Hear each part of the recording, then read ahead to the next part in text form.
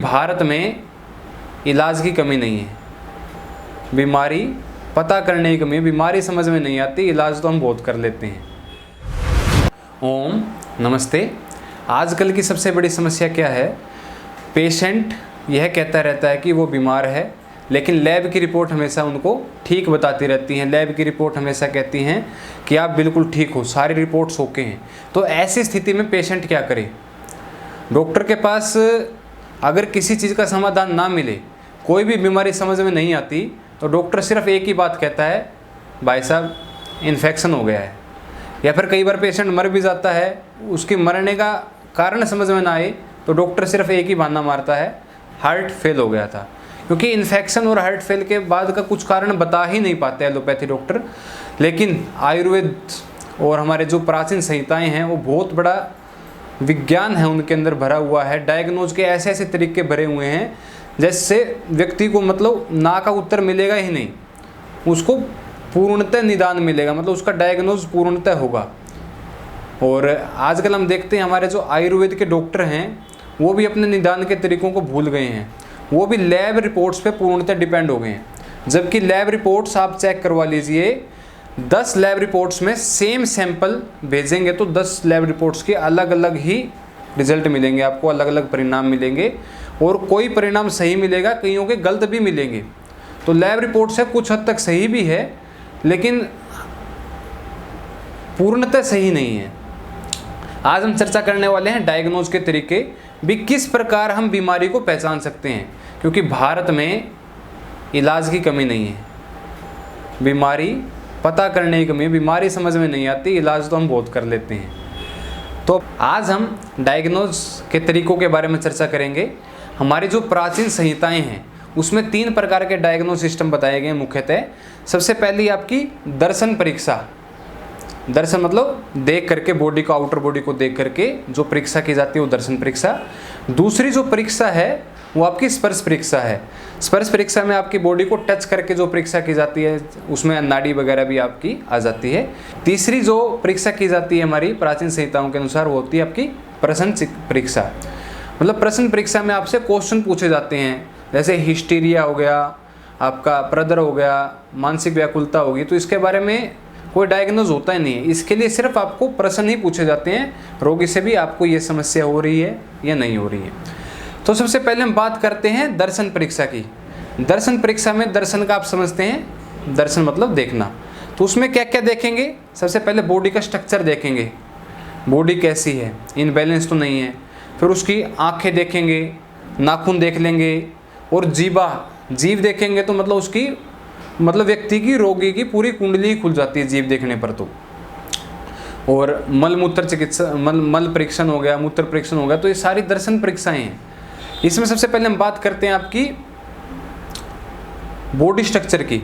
तो आप मेरे साथ ये पिक्चर देख रहे हैं, इसमें बॉडी स्ट्रक्चर में हम देखते हैं कि जब व्यक्ति का हल्का सा कंधा नीचे गया हुआ है या फिर चेहरा एक तरफ निकला हुआ है, तो उस समय भी आप देख सकते हैं कि व्यक्ति की धरण डिगी हुई है, मतलब बॉडी इनबैलेंस है। अब धरण डिग गई किसी की, हालांकि धरण भी कई तरह की होती है। लोग सोचते हैं धरण डिगने से 10 लग जाते हैं और हो जाते हैं, वो अलग अलग उसकी जगह की बात है कि धरण ऊपर गई है या नीचे गई है।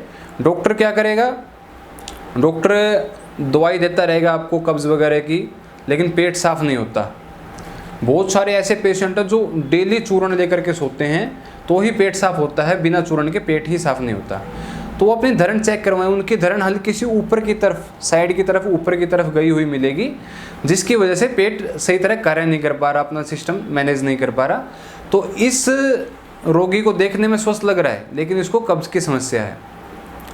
तो ऐसे ही एलोपैथी जो डायग्नोज है उसके अंदर इस चीज़ का कोई वर्णन नहीं है। लेकिन एलोपैथी डॉक्टर तो धरण को मानते ही नहीं है, तो उसकी चिकित्सा कैसे करेंगे? तो धरण की चिकित्सा के लिए वैसे तो आप YouTube पर बहुत सारी वीडियोज़ है, धरण कैसे ठीक करते हैं आप सीख जाएंगे। अब एलोपैथी डॉक्टर धरण को नहीं मानते हैं तो कब्ज के लिए पाउडर देते रहते हैं, चूर्ण खाइए, चूर्ण की आदत भी लग जाती है।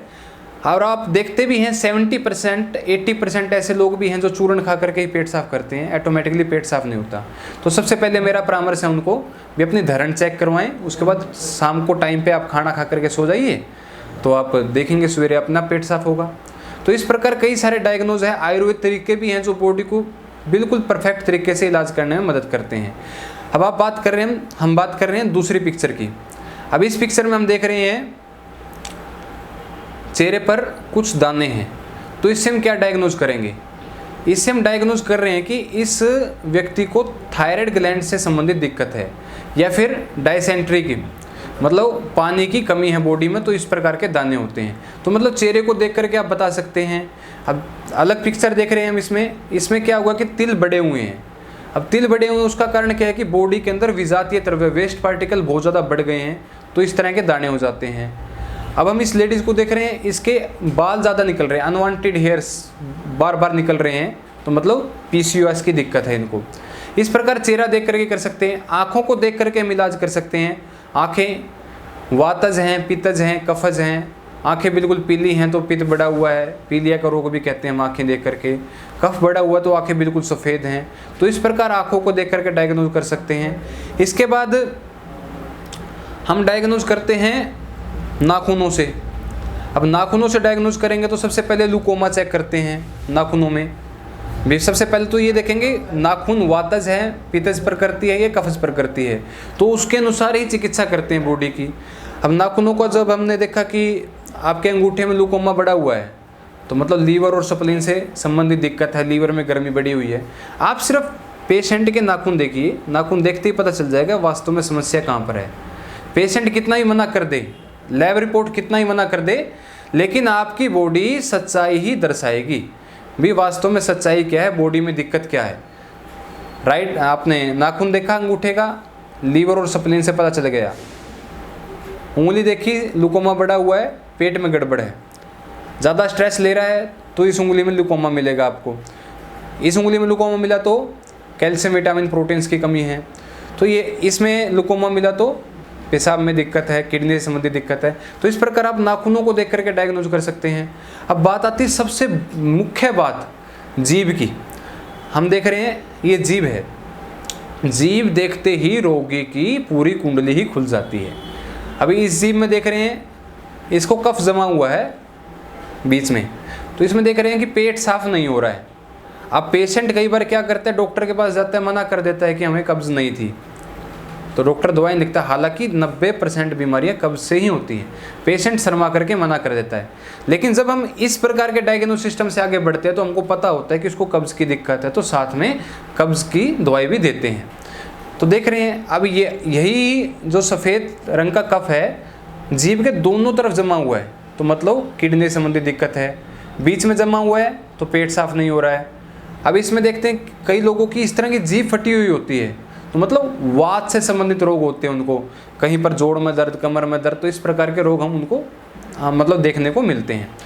अब किसी को टाइफाइड की दिक्कत है तो हम जीभ से टाइफाइड तक का पता लगा सकते हैं।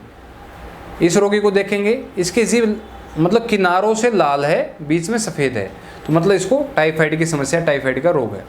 तो इस प्रकार बहुत सारी चिकित्साएँ मतलब डायग्नोस सिस्टम है हमारे पास। अब आयुर्वेद की बात करें तो उसमें 8 प्रकार के निदान बताए हैं, 8 प्रकार के डायग्नोस सिस्टम बताए हैं, जिसमें नाड़ी देख करके पता चल जाता है, मल देख करके पता चल जाता है, मूत्र देख करके। हालांकि मूत्र का तो बहुत बड़ा साइंस बताया है इन्होंने। जो तेल बिंदु परीक्षण आयुर्वेद के शास्त्रों में आप पढ़ेंगे तो उसमें तो यहाँ तक पता चल जाता है कि तेल की बिंदु अगर ईशान कोण की तरफ जा रही है तो रोगी की मृत्यु होनी निश्चित है। मतलब इतना डीपली साइंस आयुर्वेद के अंदर लिखा हुआ है। लेकिन एक दुर्भाग्य की बात है, हमारे आयुर्वेदिक चिकित्सक भी लैब की रिपोर्ट पर डिपेंड हो चुके हैं।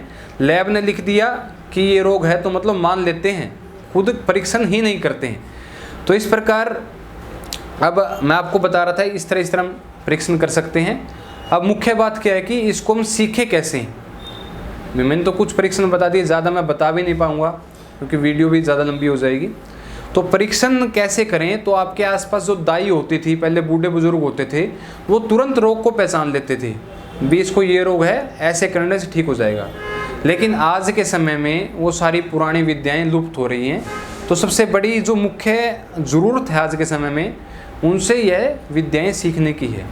नहीं तो वो समय के साथ साथ अपनी सारी विद्याएं लेकर के चले जाएंगे और ये जो विद्याएं हैं लुप्त हो जाएंगी। साथ में आयुर्वेद पर शोध करने की ज़्यादा आवश्यकता है। निदान की जो विधियाँ हैं इनको मतलब ज़्यादा से ज़्यादा सिखाने की ज़रूरत है। लोग सीखेंगे तो ही इसको इस्तेमाल में लाएंगे और इसका प्रमाणिक रूप से सिद्ध भी कर पाएंगे इस चीज़ों को। तो आज की वीडियो के लिए धन्यवाद। इस डायग्नोसिस सिस्टम पर हम और भी वीडियो बनाने का प्रयास करेंगे। ओम धन्यवाद।